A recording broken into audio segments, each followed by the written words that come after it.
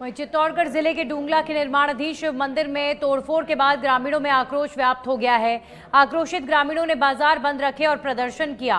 लोगों ने तोड़फोड़ करने वाले अज्ञात बदमाशों के खिलाफ कार्रवाई की मांग को लेकर टायर भी फूके। मौके की नजाकत को देखते हुए आसपास के थानों से अतिरिक्त पुलिस जाब्ता भी तैनात किया गया। पुलिस और प्रशासन के आला अधिकारी भी मौके पर पहुंचे हैं। अज्ञात बदमाशों की तलाश की जा रही है। अपने गृह क्षेत्र में हुई घटना को लेकर सहकारिता मंत्री गौतम दत्त भी मौके पर पहुंचे। पुलिस और प्रशासन को मामले में आवश्यक कार्रवाई के निर्देश दिए गए हैं। पूरी निगरानी रखी जाएगी जी। तो फर्दर कोई कार्रवाई अगली क्या होती है उसके अनुसार भी देखेंगे क्या किया जा सकता है। अभी तो पुलिस बल रहेगा के घर पर भी बुलडोजर चलेगा और हम ऐसी चाहते हैं कि जो कार्रवाई हो वो इस प्रकार की कार्रवाई हो कि एक नज़ीर बने और भविष्य में जहां मंत्री महोदय विराज रहे हैं ऐसे गांव में अगर इस प्रकार की घटना होगी तो फिर देश सुरक्षित हाथों में होते हुए भी इस प्रकार की घटना होना एक शर्मनाक विषय है। मैं चाहता हूं कि कड़ी से कड़ी कार्रवाई हो और उनको दंडित किया जाए और जल्द तत्काल प्रभाव। सीकर की अजीतगढ़ से खबर। केरली मार्ग पर सड़क के दोनों तरफ अतिक्रमण। बारिश के बाद पानी भरने से आवागमन बंद हुआ। अतिक्रमण से मुख्य रास्ते में भरा पानी। मामले को लेकर लोगों ने किया प्रदर्शन। 5 घंटे बाद पालिका ने समस्या का समाधान किया।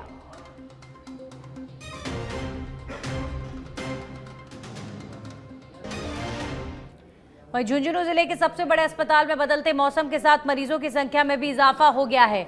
मानसून की बारिश शुरू होने के साथ ही मौसम में जल्दी हो रहे बदलाव के कारण से मौसमी बीमारियों का खतरा बढ़ गया है। अस्पतालों में मौसमी बीमारियों के मरीज बढ़ने लगे हैं और इसके चलते बीडी के अस्पताल में ओपीडी में मरीजों की संख्या 2000 के पार पहुंच गई है। अस्पतालों में आ रहे मरीजों में से अधिकांश को तेज बुखार, सरदर्द और डायरिया, आंखों में जलन की परेशानी है। साथ ही त्वचा रोग से पीड़ित मरीजों की संख्या भी बढ़ गई है।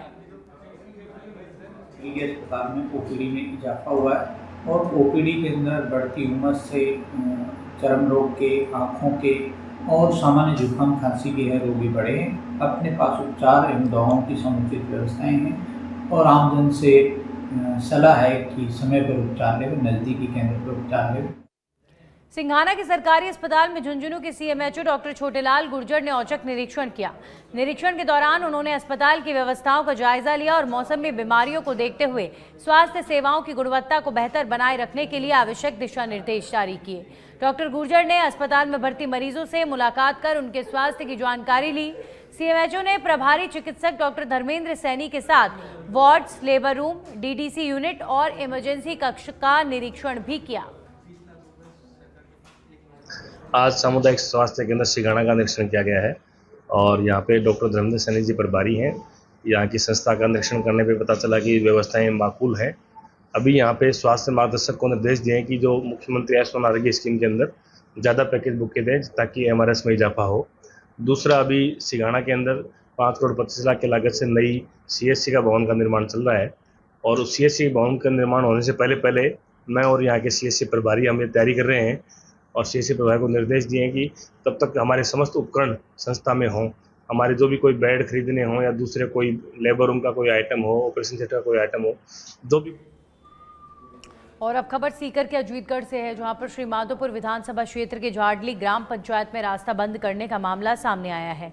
वर्षों से प्रचलित रास्ते को षड्यंत्र का रास्ता बंद करने का आरोप लगाते हुए कालूराम गुर्जर ने बताया कि कुआं नारायण सागर पर जाने वाला रास्ता काफी वर्षों पुराना है, जो रामचंद्र, बनवारी लाल, मूलाराम और भग्गूराम यादव ने दबंगों से षड्यंत्र पूर्वक रास्ते को बंद करा दिया, जिससे कालूराम गुर्जर के घर आने जाने का रास्ता पूरी तरह से बंद हो गया। कालूराम ने बताया कि रास्ता बंद करने से बच्चे 3 दिन से स्कूल नहीं जा पा रहे। कालूराम ने प्रशासन से भी न्याय की गुहार लगाई है। प्रचलित रास्तों जो पुराना बाबू दादा की जमीन है, मियाड़ी की रास्ता जाता और इन्हें बंद कर दी गई 3 दिन से। जो के पशुधन है, बहुत गाय है बीमार पड़ी है, जो हमारी बकरी हैं वो भी यहाँ पे बंद हैं, उनके चारे की व्यवस्था नहीं, गाय को हॉस्टल की व्यवस्था नहीं, वो मर पसारा किया, अगर उसको नहीं दिखाई तो मर जाएगी वो। इधर बच्चे हमारे यहाँ सबके सब यहीं हैं, वो नहीं स्कूल जा पा रहे हैं क्योंकि पूरा रास्ता ही बंद हो गया षड्यंत्र के तहत। कल तहसीलदार साहब आए थे हमारे यहाँ शिविर के अंदर, झालडी के अंदर है, उनको भी हमने समस्या को अवगत कराया, पर कोई रिएक्शन ही नहीं है उस पर। प्रशासन ने हमारी कोई सुनी नहीं। अब गवर्नमेंट इधर तो शिक्षा को बढ़ावा दे रही है, हमारे बच्चे यहाँ बंद है, कैसे स्कूल जाएंगे, कैसे पढ़ेंगे, कैसे वो कुछ करेंगे। अलवर जिले के लक्ष्मणगढ़ थाना क्षेत्र के बैरला गांव में बिजली विभाग की लापरवाही से गांव में लगी डीपी से बिजली का तार नीचे झूल रहा था, जिसमें अचानक करंट दौड़ गया और इसी दौरान 40 वर्षीय किसान कप्तान सिंह राजपूत की भैंस करंट की चपेट में आ गई। भैंस को बचाने के चक्कर में 16 वर्षीय बेटी शिवानी राजपूत आगे बढ़ी और वो भी झुलस गई। ग्रामीण और परिजनों ने बिजली विभाग पर लापरवाही का आरोप लगाते हुए मुआवजे और जिम्मेदार अधिकारियों पर सख्त कार्रवाई की मांग की है। लक्ष्मणगढ़ पुलिस ने शव का पोस्टमार्टम कर परिजनों को सौंप दिया है और मामले की जांच शुरू कर दी है।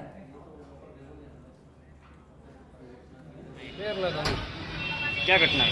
भैंस खुल गई थी तो डीपी के पास चले गई थी भैंस, तो डीपी में से 11,000 उतर गया था, 3 भैंस की डीपी और बच्ची गई थी, उसको पकड़ने के लिए बच्ची के करंट आ गया। फिर बच्ची के पिताजी गए थे तो पिताजी के करंट आ गया, आपका भैंस भी खत्म हो गई और पिताजी को पिताजी। मृतक का नाम क्या है? कप्तान सिंह। उम्र कितनी है? उम्र तो 45 के लगभग। कौन सी गाँव निवासी है? बेरला। बच्ची का नाम क्या है? राजस्थान हरियाणा बॉर्डर पर स्थित भिवाड़ी बाईपास टी पॉइंट इस बार फिर चर्चा में है और इस बार बरसात के पानी ने ऐसा हंगामा मचाया कि सड़क से ज्यादा लोग सोशल मीडिया पर बहने लगे। वजह वही पुरानी लेकिन ट्विस्ट नहीं। भिवाड़ी धारूहेड़ा बाईपास पर बारिश का पानी करीब 5 से 6 फीट ऊंचाई तक जमा हो गया था और तभी अज्ञात लोगों ने रात के अंधेरे में बाईपास पर बना रैंप ही तोड़ डाला। बस फिर क्या, पूरा पानी धड़धड़ाता हुआ हरियाणा की ओर बह निकला। घटना की भनक लगते ही रेवाड़ी जिले के अधिकारी मौके पर पहुंचे और टूटे रैंप को दोबारा मरम्मत करवा रहे हैं। लेकिन सवाल यही है कि क्या हर बारिश पर यही तमाशा दोहराया जाएगा? झालावाड़ के खानपुर से खबर, काली सिंध नदी में युवक के डूबने का मामला। पनवाड़ एसएचओ रमेश सिंह मौके पर मौजूद। घनश्याम भील नदी में गया था मछलियां पकड़ने। एसडीआरएफ की टीम युवक की अभी फिलहाल तलाश में जुटी हुई है। हीचर गांव के समीप काली सिंध नदी की ये घटना बताई जा रही है।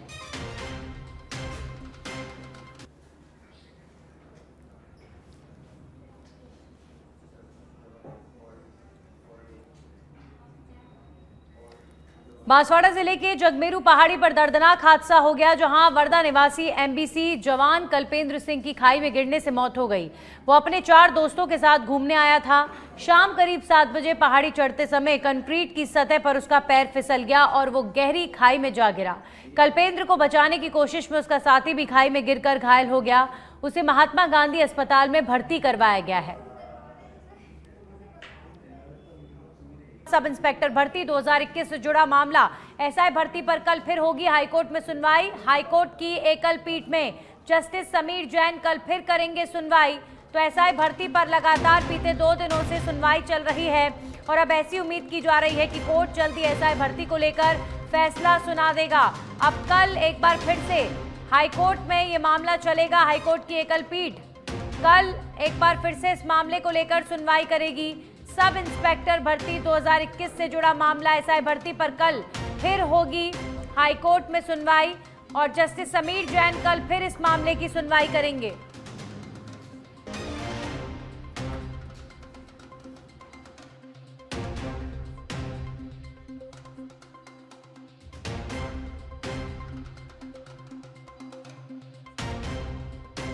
हाईकोर्ट में सुनवाई होगी एक बार फिर से। तो लगातार 3 दिनों तक सुनवाई हाईकोर्ट में चल रही है।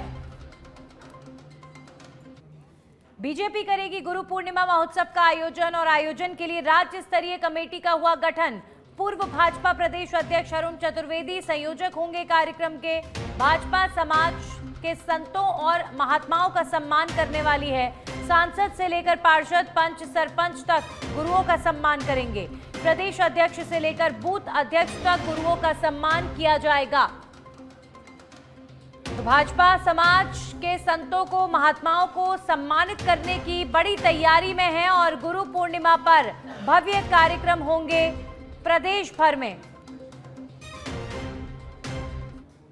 वहीं बीजेपी प्रदेश अध्यक्ष मदन राठौड़ का बयान सामने आया है। महाराष्ट्र में भाषा के मामले को लेकर हो रहे दुर्व्यवहार पर बोले राठौड़, मैंने महाराष्ट्र के मुख्यमंत्री और मुख्य सचिव से बात की है, उनसे तत्काल कार्रवाई करने के लिए कहा है। मुख्यमंत्री भजनलाल शर्मा ने भी इस मामले में संपर्क किया है। इस तरह का मामला सामने आने के बाद दूसरों के खिलाफ कार्रवाई करें। भाषा के नाम पर इस तरह का आपराधिक कृत्य नहीं होना चाहिए। हमारे लिए भी एक दुख की खबर है कि हमारे केंद्रीय रेल मंत्री आदरणीय अश्विनी जी के पिताजी सम्मानीय दाऊलाल जी, उनकी अचानक मृत्यु हो गई। अस्पताल में वो भर्ती थे एम्स जोधपुर में। वैसे वो मेरे पाली ज़िले के ही रहने वाले हैं, जीवन कला के मूल निवासी हैं, वहाँ के सरपंच भी रहे। बहुत सेवाभावी और सरल व्यक्तित्व के धनी थे, वो समाज सेवी थे और उनका व्यवहार आजीवन ऐसा रहा कि कोई भी अभावग्रस्त व्यक्ति घर पहुंच जाता था तो प्रयास ये करते थे कि उसको संतुष्ट करके भेजें। कई बार तो उन्होंने अपनी खुद की व्यवस्था से ही मदद करने का काम किया। मेरे से भी उनका अच्छा संबंध था, कभी भी जब भी मिलता था तो वो पुत्रवत व्यवहार मेरे साथ भी किया करते थे। और अभी कुछ दिन पहले की बात है, वो अश्विनी जी को हमने कार्यक्रम दिया था जोधपुर का। और अब खबर जयपुर से है, जहां पर विधानसभा अध्यक्ष वासुदेव देवनानी ने राज्य मंत्री झाबर सिंह खर्रा के जन्मदिन के अवसर पर उन्हें शुभकामनाएं दी। इस दौरान राज्यपाल झाबर सिंह खर्रा के निवास स्थान पर भी पहुंचे। उन्होंने खर्रा को पुष्पगुच्छ भेंट कर जन्मदिन की बधाई दी है। साथ ही उनके उत्तम स्वास्थ्य, दीर्घायु एवं जन कल्याणकारी कार्यों में सफलता हेतु ईश्वर से मंगल कामना की गई। सच बेधड़क की खबर का असर हुआ है। राजस्थान विश्वविद्यालय में संविदा कर्मी मंजू को बकाया वेतन मांगने पर नौकरी से हटाने से जुड़ा ये मामला। सच बेधड़क ने खबर प्रकाशित कर सुबह ही उठाया था मुद्दा। सच बेधड़क की खबर के बाद अब जिम्मेदार जागे हैं और फर्म ने लेटर जारी किया है। लेटर जारी कर संविदा कर्मी मंजू को वापस नौकरी में लाने की बात की गई, लेकिन इस घटना ने खड़े कर दिए हैं विश्वविद्यालय प्रशासन पर कई बड़े सवाल।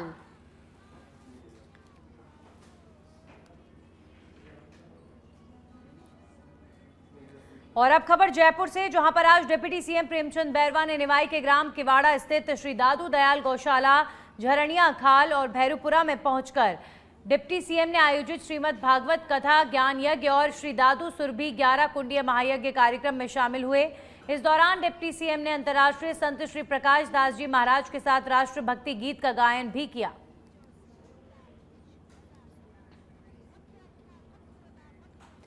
वहीं बाड़मेर से इस वक्त की बड़ी खबर, जैसलमेर सांसद उमेदाराम पहुंचे रामदेवरा पहुंचकर बाबा रामदेव समाधि के किए दर्शन।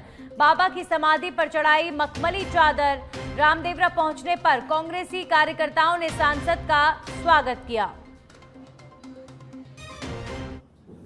बाबा के प्रति हमारी गहरी आस्था है। सभी क्षेत्रवासियों की बाबा के प्रति, पूरे मारवाड़, आधे गुजरात और मध्य प्रदेश, सभी क्षेत्रों से बाबा के दर्शन करने के लिए लोग आते हैं। बाबा के मन के प्रति लोगों की गहरी आस्था है और जो सच्चे मन से बाबा की आराधना करते हैं, बाबा उनकी मनोकामना पूरी करते हैं। बाबा से एक प्रार्थना करते हैं, अपने क्षेत्र के अंदर सुख शांति बनी रहे, बारिश अच्छी हो, किसान खुशहाल हो और युवाओं को रोजगार मिले, अच्छी शिक्षा। खाटू श्याम जी के श्रद्धालुओं के लिए खुशखबरी है। Rewari Ringas Rewari express special rail सेवा का संचालन 11 से 27 जुलाई तक होगा। कुल 8 ट्रिप्स में चलेगी स्पेशल ट्रेनें।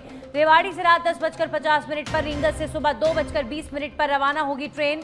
अटेली, नारनौल, डाबला, नीम का थाना, कांवट और श्रीमाधोपुर में ठहराव रहेगा इस ट्रेन का। 16 डिब्बों की डेमो रैक से संचालित होगी ट्रेन, जिससे कि बड़ी संख्या में जो श्रद्धालु हैं उन्हें बहुत आसानी होगी खाटू श्याम जी के दर्शन के लिए। देश में खदानों से मिनरल निकलने के साथ ही श्रमिकों की सुरक्षा, पर्यावरण संरक्षण और स्थानीय जन समुदाय के हितों के लिए कार्य करने वाली खदानों को 5 और 7 स्टार रेटिंग से सम्मानित किया गया। कार्यक्रम जयपुर के राजस्थान इंटरनेशनल सभागार में आयोजित किया गया। मुख्य अतिथि मुख्यमंत्री भजनलाल शर्मा और अध्यक्षता केंद्रीय कोयला एवं खान मंत्री जी किशन रेड्डी ने की। देखिए इस कार्यक्रम को लेकर खास रिपोर्ट। मुख्यमंत्री भजनलाल शर्मा ने कहा है कि खदान संचालकों का हर प्रदेश और देश की प्रगति में बड़ा योगदान है। राजस्थान को खनिजों का संग्रहालय कहा जाता है। यहाँ 85 प्रकार के खनिज उपलब्ध हैं, जिनमें से 57 प्रकार के खनिजों का खनन किया जा रहा है। बड़ी खानों के ऑक्शन में राजस्थान शतक पूरा कर चुका है। माइनर मिनरल में 960 ऑक्शन और क्वारी के 137 ऑक्शन किए जा चुके हैं। नेशनल सेंटर सभागार में व्यक्त किए। यहाँ इंडियन ब्यूरो ऑफ माइंस की तरफ से देश के 5 और 7 स्टार रेटेड खदानों को सम्मानित किया गया। 3 खदानों को 7 स्टार कैटेगरी और 95 खदानों को 5 स्टार रेटिंग से सम्मानित किया गया। मुख्यमंत्री भजनलाल शर्मा ने खनन क्षेत्र में इन्वेस्ट करने के इच्छुक व्यवसायियों से अपील करते हुए कहा कि आप राजस्थान आइए, यहाँ आपको सभी मिनरल मिलते हैं। मुख्यमंत्री ने कहा कि राइजिंग राजस्थान में हमारे 35 लाख करोड़ के MOU हुए थे। पिछले 6 माह में 4.25 लाख करोड़ के MOU को जमीन पर उतारने का कार्य किया जा चुका है। राज्य में अवैध खनन पर जीरो टॉलरेंस की नीति अपनाई जा रही है। हम केंद्र की तर्ज पर राजस्थान में भी खदानों का सम्मान शुरू करेंगे। 5 और 7 स्टार रेटिंग से सम्मानित हुई खदानें। जयपुर में 7 और 5 स्टार रेटेड खदानों का सम्मान। 3 खदानों को 7 स्टार रेटिंग से किया गया सम्मानित। नवकारी लाइमस्टोन माइन अल्ट्राटेक सीमेंट को किया गया सम्मानित। नावमंडी आयरन अयस्क टाटा स्टील और कांथरू आयरन मैग्नीज अयस्क माइंस को किया गया सम्मानित। वर्ष 2016 से पहली बार खदानों को रेटिंग देकर सम्मानित करने की शुरुआत हुई। 95 खदानों को 5 स्टार रेटिंग देकर किया गया सम्मानित। सीएम भजनलाल शर्मा और केंद्रीय खान मंत्री जी किशन रेड्डी ने किया सम्मानित। अगर मैं कहूं तो राजस्थान न केवल अपनी सांस्कृतिक विरासत और प्राकृतिक सौंदर्य के लिए जाना जाता है, बल्कि खनिज संपदा के क्षेत्र में देश में अग्रणी है। और ये बात मैं इसलिए कहना चाहता हूं कि राजस्थान को खनिजों का संग्रहालय कहा जाता है। राज्य में लगभग 85 प्रकार के धात्विक और अधात्विक खनिज उपलब्ध हैं, जिनमें से लगभग 57 खनिजों का दोहन किया जा रहा है। हमारे राज्य में उत्पादित खनिज देश के कुल खनिज उत्पादक मूल्य का 12% हिस्सा है। खनन क्षेत्र प्रदेश की GDP में भी अपनी महत्वपूर्ण भूमिका निभाता है। मुझे ये बताते हुए गर्व है कि और अनुभूति भी हो रही है कि राजस्थान में खनिज ब्लॉकों की नीलामी के क्षेत्र में भी अभूतपूर्व प्रदर्शन किया है। राजस्थान प्रधान खनिज के खनन पट्टों की नीलामी में शतक लगा चुका है। इसके अलावा अप्रधान खनिज के 960 एवं क्वारी के 137 प्लॉटों का सफलतापूर्वक नीलाम की जा चुकी है। मैं बताना चाहूंगा कि संपूर्ण भारत में जहां भारत खनिज के 500 ब्लॉक ही आवंटित हुए हैं, वहीं अकेले राजस्थान ने देश के 20% से अधिक यानी 100 से अधिक ब्लॉक आवंटित करने का कीर्तिमान भी बनाया है। समारोह में केंद्रीय खान एवं कोयला मंत्री जी किशन रेड्डी ने कहा कि भारत के माइनिंग सेक्टर में राजस्थान की बड़ी भूमिका है। संसद के north block south block Rashtrapati Bhavan के निर्माण में राजस्थान की भूमिका रही है। भारत की 2000 वर्षों की मजबूत माइनिंग विरासत का राजस्थान मजबूत स्तंभ है। मकराना मार्बल, जोधपुर सैंडस्टोन पूरे देश में फेमस है। इस साल 1200 कार्यशील माइंस में से 95 माइंस को 5 स्टार रेटिंग मिली है, जो हर्ष का विषय है।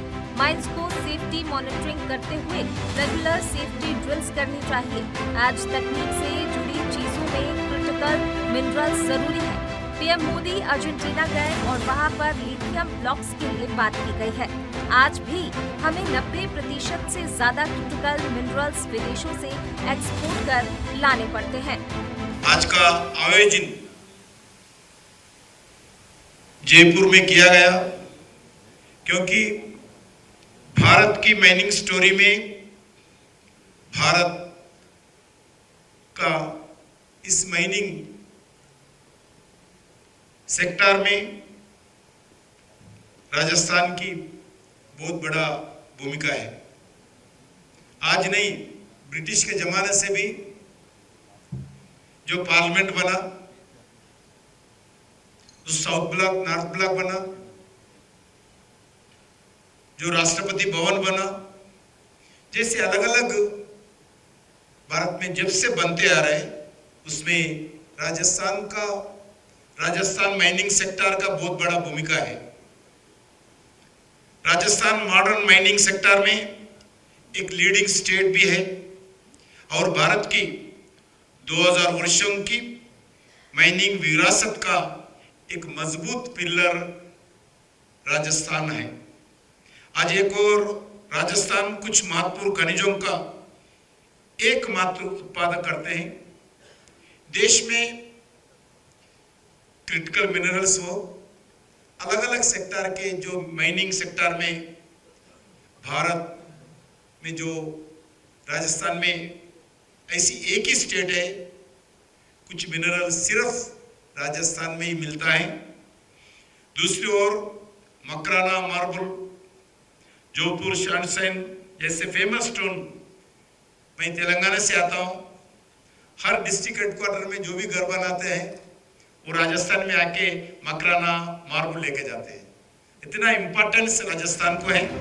समारोह में केंद्रीय खान मंत्रालय के अतिरिक्त सचिव संजय लोहिया ने भी संबोधित किया। उन्होंने कहा, कामगारों को सुविधा देना, उनका बीमा करना बेहतर शुरुआत है। समारोह में राजस्थान के खान एवं पेट्रोलियम प्रमुख सचिव टी रविकांत, IBM के महानियंत्रक पीयूष नारायण शर्मा भी मौजूद रहे। सच पे धड़क के लिए लाल सिंह फौजदार की रिपोर्ट।